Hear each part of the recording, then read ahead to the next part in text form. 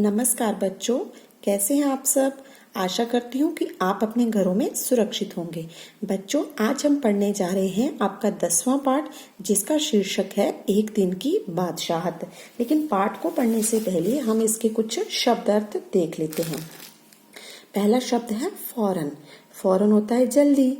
N बिल्कुल, वक्त समय, झिंझोड़कर हिलाकर, पाबंदी रोक टोक, तकरार झगड़ा, हाँकना भगाना, चूजा मुर्गी का बच्चा, तरकीब उपाय, खिदमत सेवा में। दरखास्त प्रार्थना, इकरार हाँ, झापड़ थप्पड़, खानसामा नौकर जो खाना बनाने वाला होता है उसको खानसामा कहते हैं। आपा बड़ी बहन को कहते हैं। निवाला रोटी का टुकड़ा, जैसे आप बोलते हैं 1 बाइट तो उसको बोलते हैं निवाला। गुसल खाना नहाने का स्थान। अप्पा पिता। पाँव पटकना गुस्सा होना, जैसे कभी कभी आपकी बात कोई ना माने तो आप पाँव पटकना शुरू कर देते हैं, मतलब आप गुस्सा हो जाते हैं।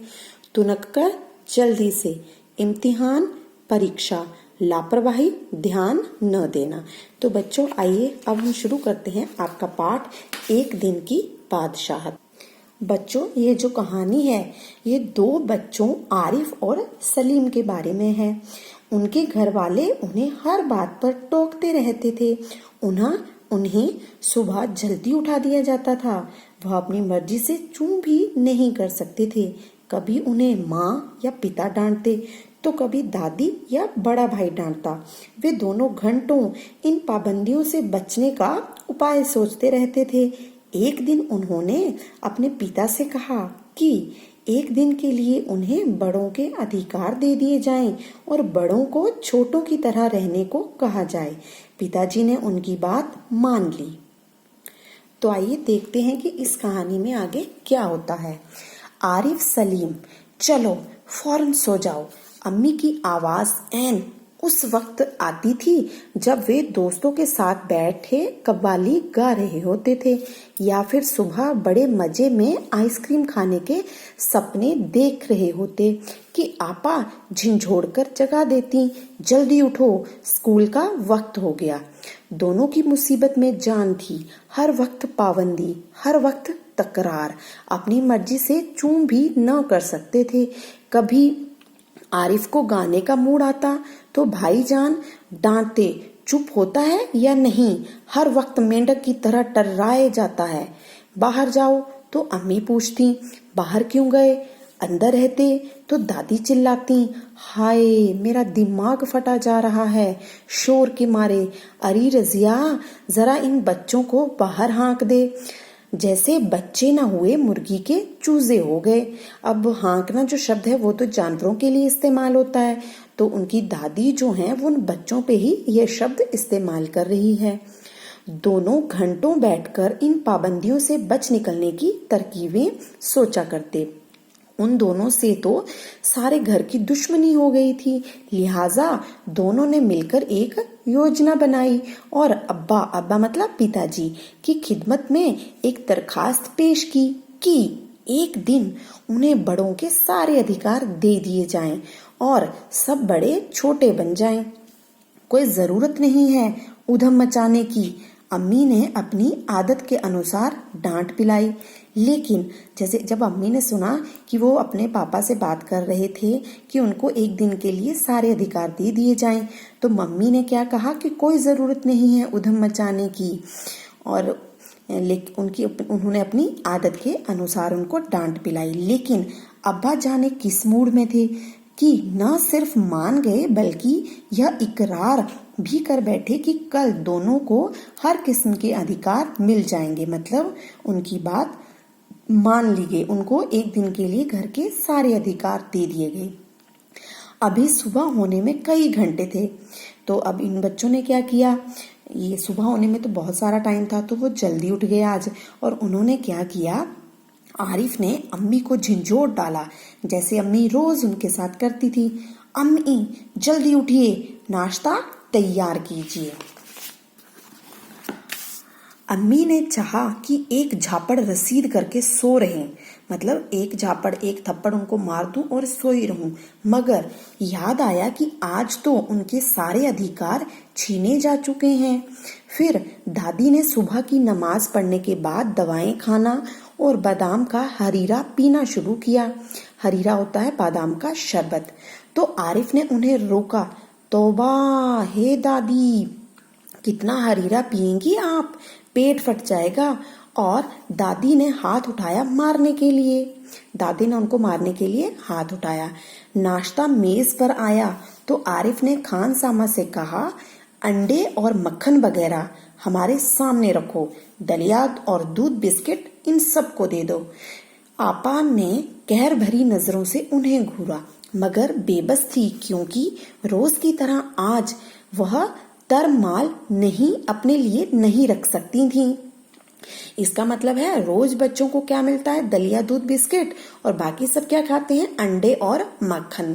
तो अब जो दीदी है उनको बहुत ही बुरा लग रहा है, बहुत बेबस थी, क्योंकि आज वो अपने लिए तरमाल नहीं रख सकती हैं। इस कहानी में तरमाल किसे कहा गया है, अंडे और मक्खन वगैरह को तरमाल कहा गया है। सब खाने बैठे तो सलीम ने अम्मी को टोका, अम्मी जरा अपने दांत देखिए, पान खाने से कितने गंदे हो रहे हैं। मैं तो दांत मान चुकी हूँ, अम्मी ने टालना चाहा। नहीं, चलिए उठिए। अम्मी निवाला तोड़ चुकी थी, मगर सलीम ने जबरदस्ती कंधा पकड़कर उन्हें उठा दिया। अम्मी को गुस्ल खाने में जाते देख सब हंस पड़े, जैसे रोज सलीम को जबरदस्ती भगा के हंसते हैं। इसका मतलब रोज सलीम को अम्मी ऐसे ही डांट कर उठा देती हैं। तो आज सलीम ने भी अपना बदला ले लिया। फिर वह अब्बा की तरफ मुड़ा।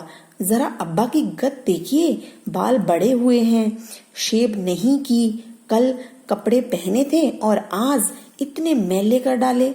आखिर अब्बा के लिए कितने कपड़े बनाए जाएंगे। यह सुनकर अब्बा का हंसते हंसते बुरा हाल हो गया।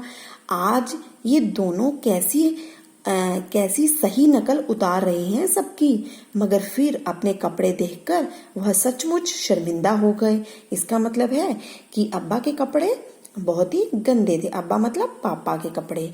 थोड़ी देर बाद जब अब्बा अपने दोस्तों के बीच बैठे अपनी नई गजल लहक लहक कर सुना रहे थे तो आरिफ फिर चिल्लाने लगा, बस कीजिए अब्बा, फौरन ऑफिस जाइए, 10 बज गए। अब आगे देखिए, चू चू चौप। अब्बा डांटते डांटते रुक गए। अब्बा डांटना तो चाहते थे, लेकिन रुक गए, क्योंकि उन्होंने ही उन बच्चों को एक दिन के लिए घर के सारे अधिकार दिए थे। बेबसी से गजल की अधूरी पंक्ति दांतों में दबाए पांव पटकते आरिफ के साथ हो लिए। रजिया, जरा मुझे 5 रुपए तो देना। अब्बा दफ्तर जाने को तैयार होकर बोले। मतलब रजिया उनकी मम्मी का नाम है, तो पापा ने क्या कहा कि मुझे 5 रुपए देना। बच्चों, आप सोच रहे होंगे कि पापा ने इतने कम रुपए क्यों मांगे। तो बच्चों, ये जो कहानी है बहुत पहले लिखी गई है और तब 5 रुपए की भी बहुत ज्यादा वैल्यू हुआ करती थी। जान की नकल उतारी। आरिफ ने 5 रुपए का क्या होगा, कार में पेट्रोल तो है। आरिफ ने तुनक कर अब्बा जान की नकल उतारी। जैसे अब्बा कहते हैं कि इकन्नी का क्या करोगे, जेब खर्च तो ले चुके। इसका मतलब है बच्चों को इकन्नी दिया करते थे। थोड़ी देर बाद खान सामा आया। बेगम साहब, आज क्या पकेगा? आलू, गोश्त, कबाब, मिर्चों का सालन। अम्मी ने अपनी आदत के अनुसार कहना शुरू किया। अब अम्मी रोज खान सामा को कहती होंगी, मतलब खाना बनाने वाले को कहती होंगी कि ये चीजें बनाओ, तो उन्होंने कहना शुरू किया। अब नहीं, आज ये चीजें नहीं पकेंगी। सलीम ने किताब रखकर अम्मी की नकल उतारी। अब सलीम ने क्या कहा कि आज तो हमारे अधिकार हैं, तो वो क्या कह रहे हैं, आज ये चीजें नहीं पकेंगी। आज गुलाब जामुन, गाजर का हलवा और मीठे चावल पकाओ। लेकिन मिठाइयों से रोटी कैसी खाई जाएगी? अम्मी किसी तरह सब्र ना कर सकी। अब अम्मी सब्र ना कर सकी। बात भी सही है कि मिठाइयों से रोटी कैसी खाई जाएगी, लेकिन आज तो अधिकार किसको मिले हैं? बच्चों को। तो वो जो चाहें वो बनवा सकते हैं। जैसे हम रोज सिर्फ मिर्चों के सालन से खाते हैं, दोनों ने एक साथ कहा। दूसरी तरफ दादी किसी से तू तू मैं किए जा रही थी। ओफो, दादी तो शोर के मारे दिमाग पिघलाए दे रही हैं। आरिफ ने दादी की तरह दोनों हाथों में सिर थामकर कहा, क्योंकि दादी भी बच्चों को ऐसे ही डांटती थी। इतना सुनते ही दादी ने चीखना चिल्लाना शुरू कर दिया कि आज ये लड़के मेरे पीछे पंजे झाड़ के पड़ गए हैं। मगर अब्बा के समझाने पर खून का घूंट पीकर रह गई। कॉलेज का वक्त हो गया तो भाईजान अपनी सफेद कमीज को आरिफ सलीम से बचाते दालान में आए। अम्मी, शाम को मैं देर से आऊंगा, दोस्तों के साथ फिल्म देखने जाना है। खबरदार, आरिफ ने आंखें निकालकर उन्हें धमकाया। कोई जरूरत नहीं फिल्म देखने की, इम्तिहान करीब हैं और हर वक्त सैर सपाटों में गुम रहते हैं आप। तो उन्होंने क्या कहा भैया को कि आपका परीक्षा बहुत ही नजदीक है, अब सैर सपाटों में नहीं रहना है। और उन्होंने कहा कि फिल्म देखने के लिए नहीं जाओगे। पहले तो भाईजान एक करारा हाथ मारने लपके।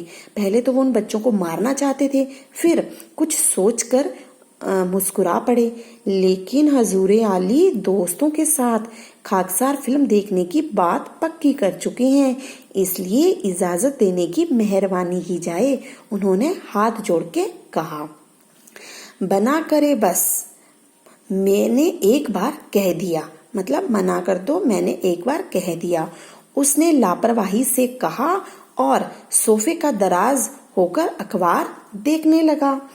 उसी वक्त आपा भी अपने कमरे से निकली। एक निहायत भारी साड़ी में लचकती लटकती बड़े ठाठ से कॉलेज जा रही थी।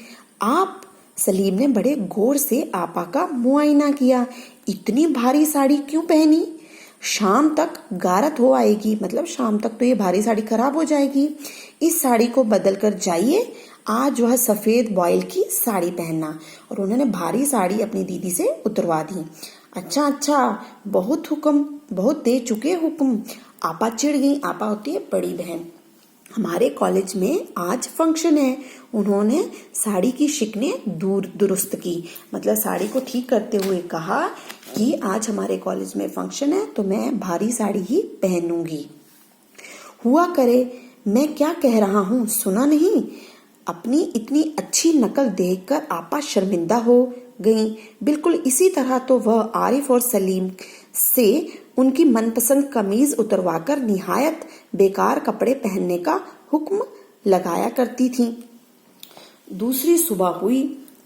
अब क्या हुआ? वो पूरा दिन बीत गया जब बच्चों को अधिकार एक दिन के लिए दिए गए थे। अब क्या हुआ? दूसरी सुबह हो गई। तो आज देखते हैं कि क्या होता है। सलीम की आंख खुली तो आपा नाश्ते की मेज सजाए उन दोनों के उठने का इंतजार कर रही थीं। मतलब आज किसी ने उनको झिंझोड़ कर नहीं उठाया। अम्मी खानसामा को हुक्म दे रही थीं कि हर खाने के साथ एक मीठी चीज जरूर पकाया करो। क्यों पकाया करो? क्योंकि ये आरिफ और सलीम को पसंद है। अंदर आरिफ के गाने के साथ भाईजान मेज का तबला बजा रहे थे और अब्बा सलीम से कह रहे थे स्कूल जाते वक्त एक चवन्नी जेब में डाल लिया करो, क्या हर्ज है। तो आपने देखा कि कैसे इन बच्चों के जो माँ बाप थे वो पूरी तरह से बदल गए।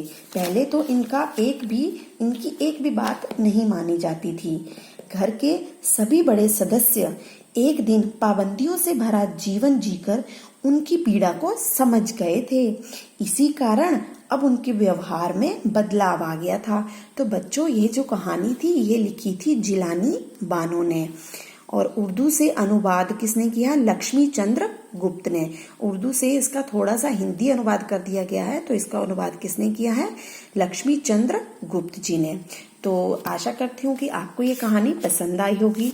अब आप बच्चों ने क्या करना है, इस कहानी की अच्छे से रीडिंग करनी है। जो मैंने शब्द अर्थ करवाए हैं उनको आपने अपनी कॉपी में लिखना है और उनको याद भी करना है। और कहानी को अच्छे से समझना है और फिर इसके बाद हम इसके प्रश्न उत्तर करेंगे। धन्यवाद बच्चों।